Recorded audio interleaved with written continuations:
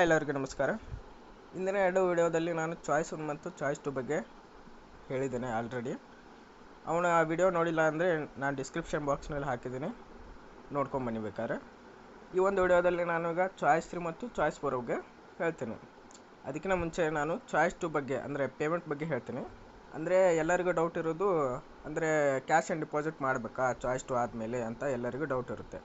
ಮಾಡಬೇಕು. ಯಾರಂದರೆ ಮೇಲೂ ಕೂಡ UG ನೀಟ್ ಕೋರ್ಸ್ ಇದ್ದು ಮತ್ತು ಈಗ ಆಲ್ರೆಡಿ ನಿಮಗೆ ಫಸ್ಟ್ ರೌಂಡಲ್ಲಿ UG ನೀಟ್ ಕೋರ್ಸೇ ಸಿಕ್ಕಿದ್ದು. ಅಂದರೆ ನೀವು ಚಾಯ್ಸ್ 2 ಸೆಲೆಕ್ಟ್ ಮಾಡಿದರೆ ಕ್ಯಾಶ್ ಆ್ಯಂಡ್ ಡಿಪಾಸಿಟ್ 1 ಲಕ್ಷ ಕಟ್ಟಬೇಕು. ಅದನ್ನು ಅವರು KEದವರು ಇದು ಬಿಟ್ಟಿಲ್ಲ, ಲಿಂಕ್ ಬಿಟ್ಟಿಲ್ಲ. ಅದು ಲಿಂಕ್ ಬಿಟ್ಟಿಂದ ಅವರು ಹೇಳ್ತಾರೆ, ಆ ಲಿಂಕಲ್ಲಿ ಕ್ಯಾಶ್ ಆ್ಯಂಡ್ ಡಿಪಾಸಿಟ್ ಮಾಡಬೇಕು.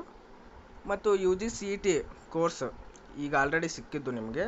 ಮತ್ತು ಮೇಲೆ ಕೂಡ UG CET ಕೋರ್ಸ್ ಇದ್ದಾವೆ ಅಂದರೆ ನೀವು ಕ್ಯಾಶ್ ಆ್ಯಂಡ್ ಡಿಪಾಸಿಟ್ ಮಾಡೋ ಹಾಗಿಲ್ಲ. ಇದು ಪೇಮೆಂಟ್ ಬಗ್ಗೆ ಆಯಿತು. ಮತ್ತು ಈ ಒಂದು ವಿಡಿಯೋದಲ್ಲಿ ನಾನು ಈಗ ಚಾಯ್ಸ್ 3 ಮತ್ತು ಚಾಯ್ಸ್ 4 ಬಗ್ಗೆ ಈಗ ಹೇಳ್ತೀನಿ ನೋಡಿ. ಚಾಯ್ಸ್ 3 ಅಂತಂದರೆ ಇಲ್ಲಿ ಸಪೋಸ್ ಈಗ 25 ಕಾಲೇಜ್ ಇದ್ದಾವೆ ನೋಡಿ. ಇಲ್ಲಿ 25 ಕಾಲೇಜ್ ಇದ್ದಾವೆ.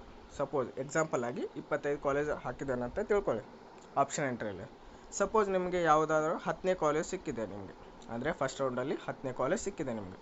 ನನಗೆ ಆ ಕಾಲೇಜ್ ಮೇಲೆ ಇಂಟ್ರೆಸ್ಟೇ ಇಲ್ಲ, ಅಂದರೆ ನಾನು ಆ ಕಾಲೇಜ್ಗೆ ಹೋಗಿ ಅಡ್ಮಿಷನ್ನೇ ಮಾಡಿಸಲ್ಲ, ನನಗೆ ಆ ಕಾಲೇಜೇ ಬೇಡ ಅಂತಂದರೆ ನೀವು ಆ ಕಾಲೇಜನ್ನು ಡಿಲೀಟ್ ಮಾಡ್ತೀನಿ ಅಂತಂದರೆ ನೀವು ಚಾಯ್ಸ್ 3 ಸೆಲೆಕ್ಟ್ ಮಾಡಬೇಕು.